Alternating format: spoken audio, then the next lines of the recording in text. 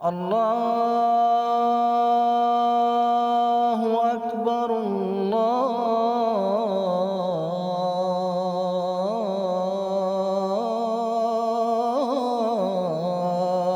اکبر۔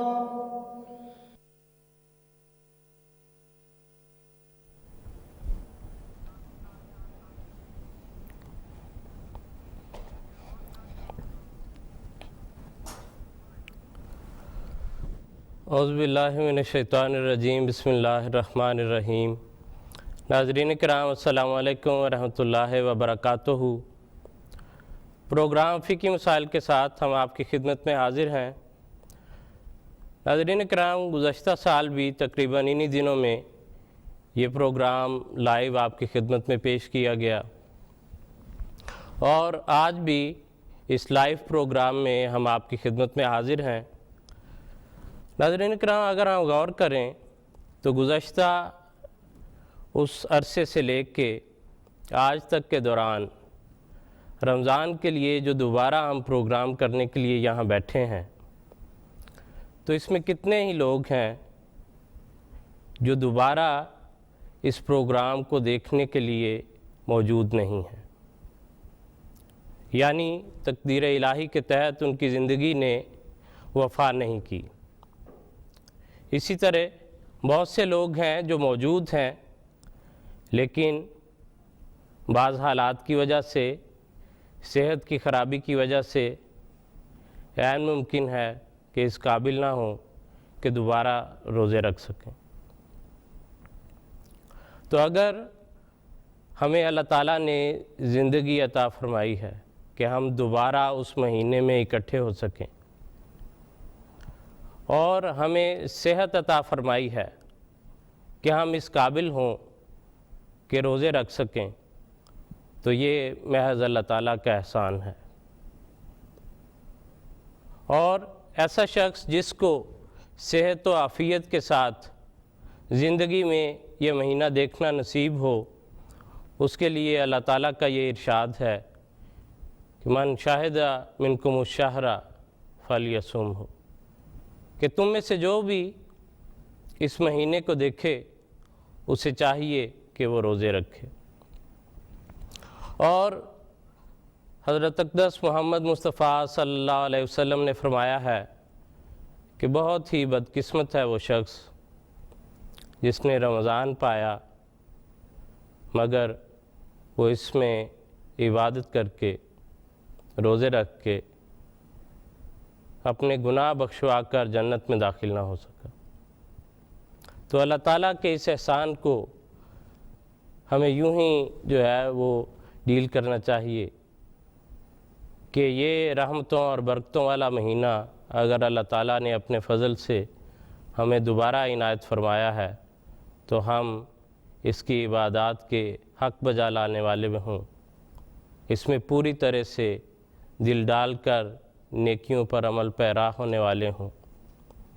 اس مہینے کے عبادات نیکیوں کو بجا لانے کے لیے قرآن کریم نے، حضور صلی اللہ علیہ وسلم نے، سیدنا حضرت اقدس مسیح موعود علیہ السلام نے اور آپ کے خلفائے کرام نے کیا کیا باتیں بیان فرمائی ہیں، کس طرح احسن رنگ میں ہم اس پر عمل پیرا ہو سکتے ہیں، ان چیزوں کو ڈسکس کرنے کے لیے ہم نے یہ لائیو پروگرام جو ہے اس کا انعقاد کیا ہے، جس میں آپ براہ راست فون کر کے سوالات پوچھ سکیں گے۔ آپ کے سوالات کے جواب دینے کے لیے ہمارے علماء کرام کے پینل میں لندن اسٹوڈیوز میں مکرم ظہیر احمد خان صاحب ہوں گے، اور ٹیلی فون لائن پر مکرم محترم مولانا مبشر احمد کالم صاحب گفتگو فرمائیں گے۔ رابطے کے لیے تفصیلات آپ کو اسکرین پر نظر آ جائیں گی کہ کیا ٹیلی فون نمبر ہے، کس ای میل پر آپ بھیج سکتے ہیں، کیا ٹیکسٹ نمبر ہے، اس کے ذریعے آپ رابطہ کر سکتے ہیں، اور ہم انشاءاللہ آپ کی لائیو کالز جو ہیں وہ یہاں اسٹوڈیو میں لیں گے اور آپ کی طرف سے پوچھے جانے سوالات پر گفتگو کریں گے۔ اس سے قبل کہ ہم کالز کا آغاز کریں، چونکہ وقت کے لحاظ سے ہم ابھی رمضان کے حوالے سے اس حصے میں ہیں جہاں باقاعدہ طور پر رمضان کے مہینے کا آغاز نہیں ہوا۔ اس حوالے سے میں بات کرنا چاہتا ہوں زہیر احمد خان صاحب سے کہ زہیر صاحب، جہاں ابھی ہم اس سے کچھ دور ہیں، گویا ہم رمضان کے استقبال کے اس مرحلے میں ہیں، تو اسلامی شریعت کے لحاظ سے روزوں کی آمد سے پہلے اس تعلق میں انسان کو کس چیز پر نظر رکھنی چاہیے، کیا دیکھنا چاہیے؟ بات یہ ہے کہ وہ ہستی جس پر اسلامی شریعت قرآن کریم کا نزول ہوا، حضور صلی اللہ علیہ وسلم کا جو طریق ہمیں احادیث میں پتہ چلتا ہے وہ یہ ہے۔ حضرت سلمان فارسی رضی اللہ تعالیٰ عنہ روایت کرتے ہیں کہ حضور صلی اللہ علیہ وسلم نے شعبان، جو رمضان جس مہینے میں سے ہم گزر رہے ہیں، رمضان سے پہلا جو مہینہ ہے، اس کے آخری دن حضور نے خطاب فرمایا اور اس میں لوگوں کو رمضان کی اہمیت کے بارے میں بتایا، اور حضور نے فرمایا کہ کل سے آپ پہ ایک ایسا مہینہ طلوع ہونے والا ہے جس میں اللہ تعالیٰ نے دن کے وقت مومنوں پر روزے فرض کیے ہیں اور رات کے وقت نفلی قیام جو ہے وہ کیا جاتا ہے، نفلی طور پر اللہ تعالیٰ کے حضور عبادات بجا لائی جاتی ہیں۔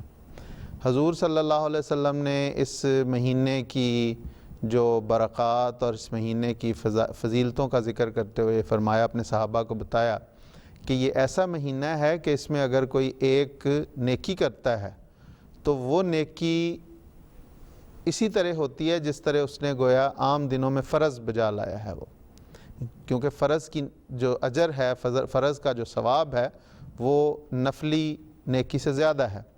اور حضور صلی اللہ علیہ وسلم نے فرمایا کہ جو اس مہینے میں فرض ادا کرتا ہے اس کو 70 نیکیوں کے برابر ثواب عطا اللہ میاں کرتا ہے۔ اسی طرح حضور صلی اللہ علیہ وسلم نے فرمایا کہ یہ صبر کا مہینہ ہے اور اس صبر کے نتیجے میں اللہ تعالیٰ اپنے مومن بندوں کو جنت عطا کرتا ہے، اور یہ باہمی دلداری اور باہمی ہمدردی کا مہینہ ہے۔ اس مہینے میں اللہ تعالیٰ اپنے مومن بندوں کے رزق وسیع کرتا ہے، رزق فراغ کرتا ہے۔ تو یہ اس کے علاوہ احادیث میں جس طرح آپ نے بھی ذکر کیا کہ حضور صلی اللہ علیہ وسلم نے احادیث میں بہت فضیلتیں اس مہینے کی بیان فرمائی ہیں، تو انہی فضائل کی طرف حضور صلی اللہ علیہ وسلم اپنے صحابہ کو توجہ دلایا کرتے تھے، اور انہی اہمیتوں، انہی فضائل کو سامنے رکھتے ہوئے ہمیں بھی اس آنے والے مہینے کا اسی طرح استقبال کرنا چاہیے، اور پوری تیاری کے ساتھ جو لوگ ان شرائط پہ پورے اترتے ہیں جس کے متعلق قرآن کریم فرماتا ہے کہ یا ایھا الذین آمنوا کتب علیکم الصیام کما کتب علی الذین من قبلکم لعلکم تتقون۔ تو دراصل اس قرآن کریم کی اس آیت میں بھی اللہ تعالیٰ نے رمضان کی فضیلت یہ بیان فرمائی کہ یہ رمضان اسلام میں یا مومنوں پر پہلی کوئی چیز نہیں ہے جو فرض کی گئی ہے، اس سے پہلے لوگوں میں بھی، اس سے پہلے مذاہب میں بھی یہ روزے فرض کیے گئے، اور اس کی بہت برکات ہے۔ قرآن کریم نے یہ بتایا لعلکم تتقون، اس کا یہ نتیجہ ہوگا کہ تم ہر قسم کی برائی سے محفوظ ہو جاؤ گے۔ تقویٰ یہ ہے کہ انسان برائیوں سے بچ کے اللہ تعالیٰ کی راہ میں، اللہ تعالیٰ کی نیکیوں، اللہ تعالیٰ کے بتائے ہوئے رستوں پر قدم مارتا ہے، تو وہ روحانی ہوں یا جسمانی ہوں ان برائیوں سے انسان بچتا ہے۔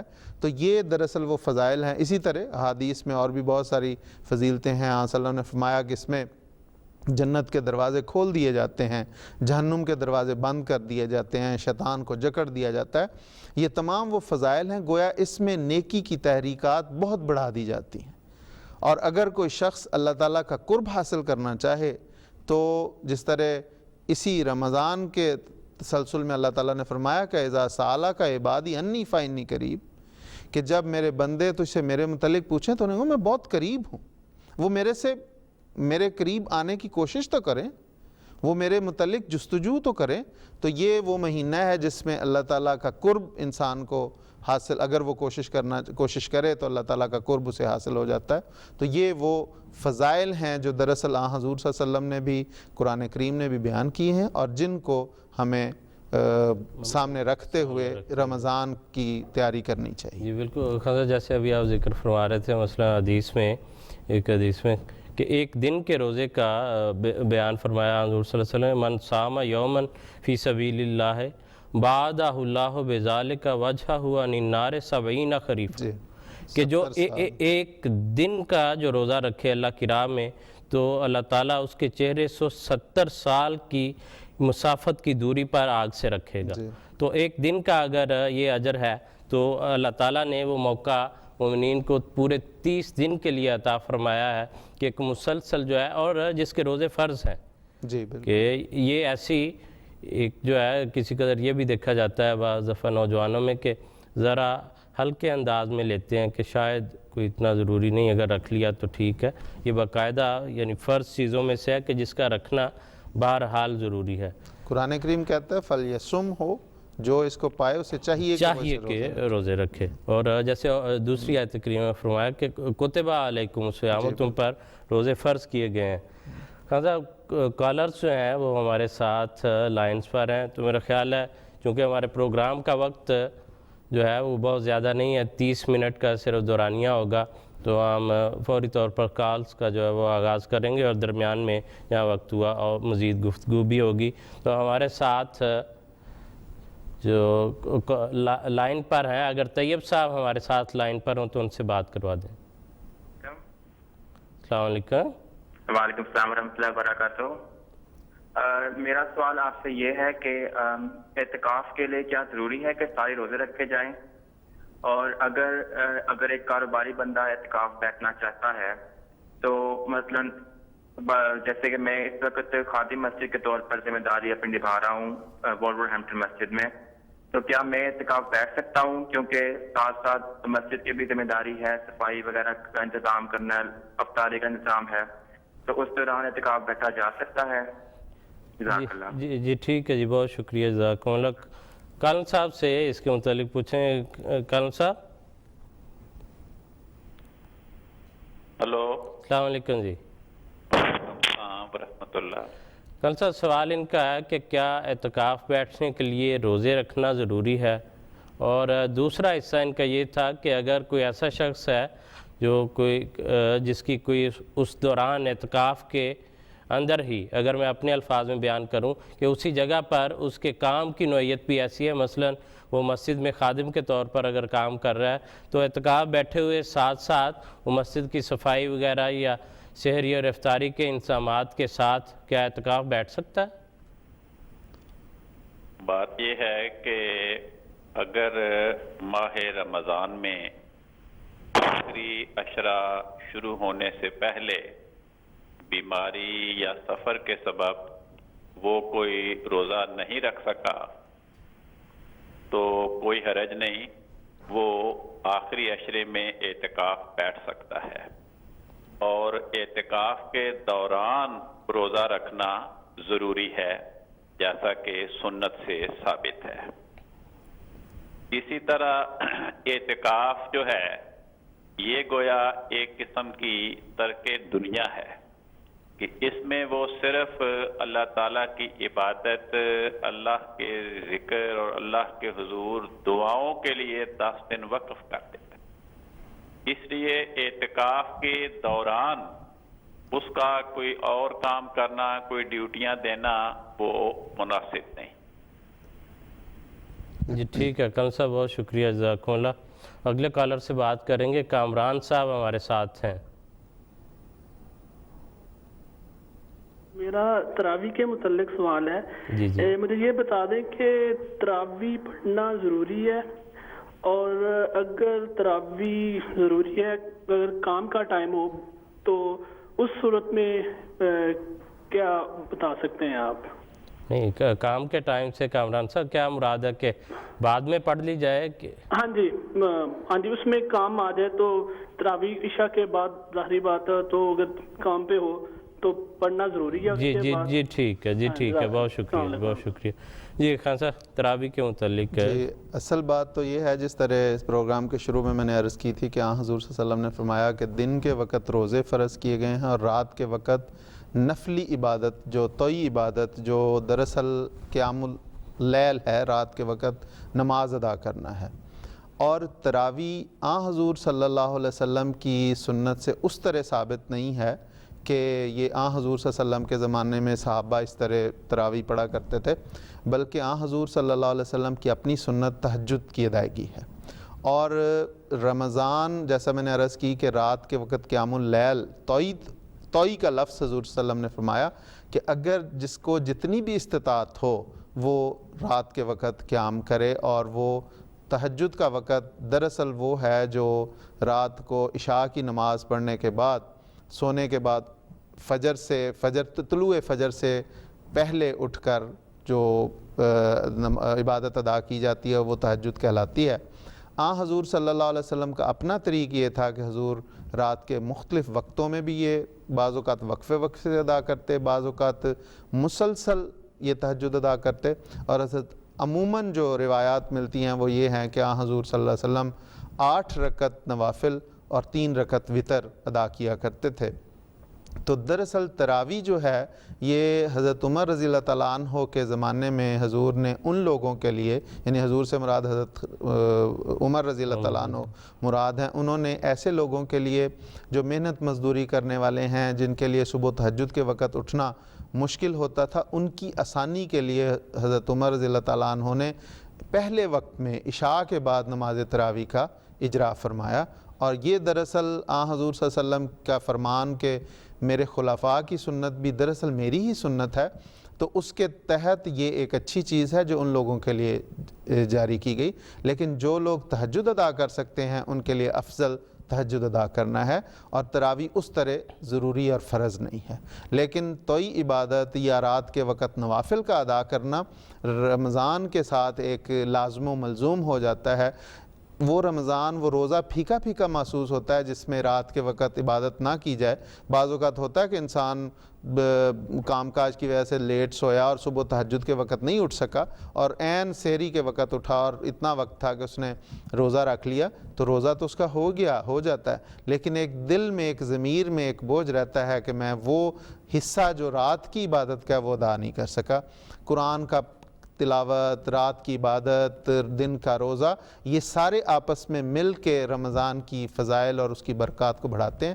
اس لیے خلاصہ کلام یہ کہ تراویح جو ہے وہ فرض نہیں ہے، ضروری نہیں ہے، اگر کوئی نہیں ادا کر سکا تو کوئی حرج نہیں ہے، روزہ اس کا ہو جائے گا۔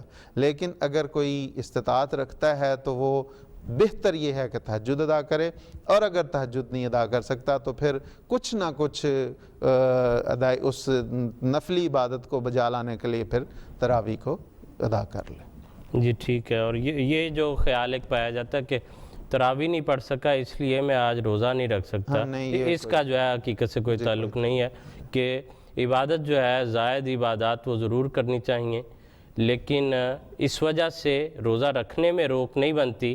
لیکن اس سے یہ بھی مراد نہ لیا جائے کہ روزہ اس کے بغیر ہو ہی جاتا ہے، کیونکہ روزہ صرف بھوکے پیاسے رہنے کا نام نہیں، بلکہ حضور صلی اللہ علیہ وسلم نے فرمایا ہے کہ لیس للہ حاجۃ فی ان یدع طعامہ و شرابہ، کہ اللہ تعالیٰ کو اس چیز کی کوئی حاجت نہیں ہے کہ انسان اپنا کھانا اور پینا جو ہے وہ صرف چھوڑ دے۔ مقصد جو ہے وہ روزے کا بنیادی طور پر عبادات میں ترقی کرنا ہے، تو اس لیے کوشش کر کے ضرور اس کو اختیار کرنا چاہیے۔ اب ہم بات کریں گے عزت اللہ صاحب سے۔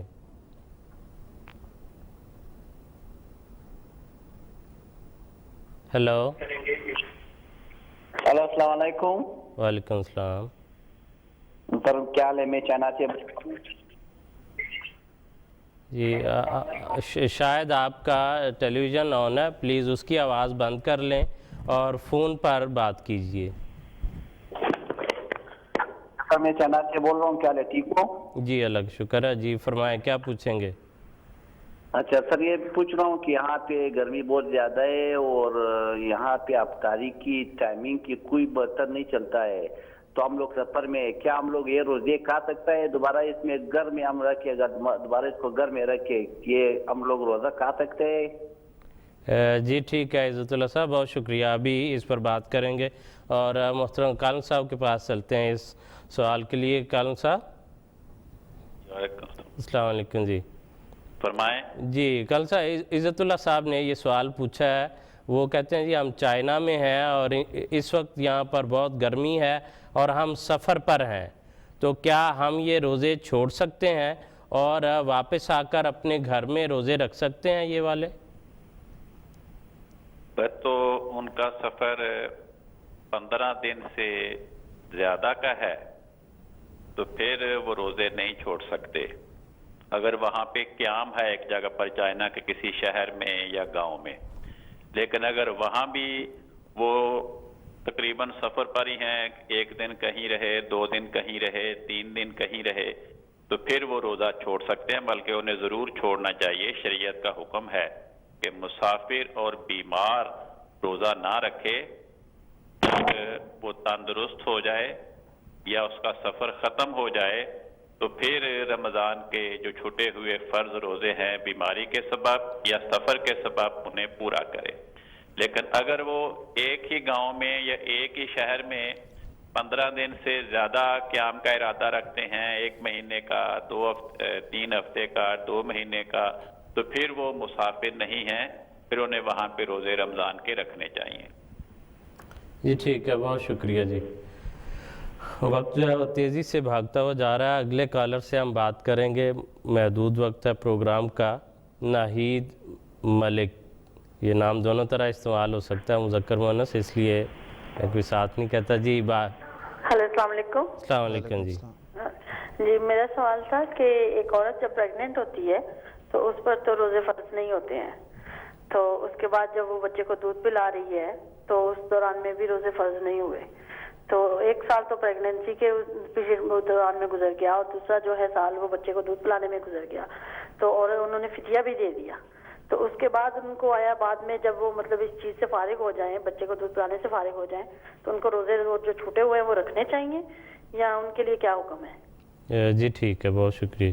جی خان صاحب. بات دراصل یہ ہے کہ مرضعہ یعنی دودھ پلانے والی عورت اور حاملہ عورت، یہ چونکہ ایسا جس طرح انہوں نے بیان کیا کہ 1 سال کا قریباً عرصہ وہ حمل کا ہو جاتا ہے، 2 سال کا عرصہ دودھ پلانے کا ہوتا ہے، اور بعض اوقات یہ ہوتا ہے کہ ابھی وہ دودھ پلانے والا عرصہ ہو رہا ہوتا ہے تو پھر پریگننسی ہو جاتی ہے، تو بعض اوقات عورتیں 10 سال تک وہ روزے نہیں رکھ سکتی. تو ایسی عورتیں دراصل وہ اس دائمی مریض کے حکم میں آتی ہیں. وہ اگر فدیہ دے دیں تو ان کے لیے وہ کافی ہے. روزے ان کا اس طرح اتنی لمبے عرصے کے روزے رکھنے ان پہ وہ فرض نہیں رہتے. یہ تو روزے ایسے بیمار یا ایسے مسافر کے لیے ہیں جو چند دن کے لیے بیمار ہوا یا چند دن کے لیے وہ سفر پہ گیا اور پھر واپس آ کے وہ روزے رکھ سکتا ہے، یا جب وہ صحت یاب ہو جاتا ہے تو روزے رکھ لیتا ہے. لیکن ایسا جس طرح میں نے عرض کی کہ دودھ پلانے والی اور حاملہ عورت جو 3 4 5 سال کا جن کے روزے نہیں رکھ سکتی، وہ پھر دائمی مریض کے حکم میں آئیں گی. ان پہ صرف فدیہ اگر وہ اس کی استطاعت رکھتی ہیں تو فدیہ ادا کر دینا ان کے لیے کافی. جی ٹھیک ہے خان صاحب، بہت شکریہ. اگلے کالر سے بات کریں گے اور یہ ہمارے ساتھ ہیں کشور احسان صاحبہ، ان سے بات کرتے ہیں. السلام علیکم. وعلیکم السلام ورحمۃ اللہ. میں نے پوچھنا تھا کہ کیا اعتکاف میں گھر میں بیٹھ سکتی ہوں؟ جی ٹھیک ہے، ابھی اس پر بات کرتے ہیں. بہت شکریہ. جی ایک اور بھی ہے، دوسرا یہ کہ گھر میں اکیلی ہوں، بات کیے بغیر اگر میں کوئی گھر کا چھوٹا موٹا کام کر لوں، ہانڈی وغیرہ بنانی ہو تو اس میں بنا سکتی ہوں؟ جی ٹھیک ہے، جی ٹھیک ہے، اس کے متعلق پوچھتے ہیں. کالم صاحب السلام علیکم.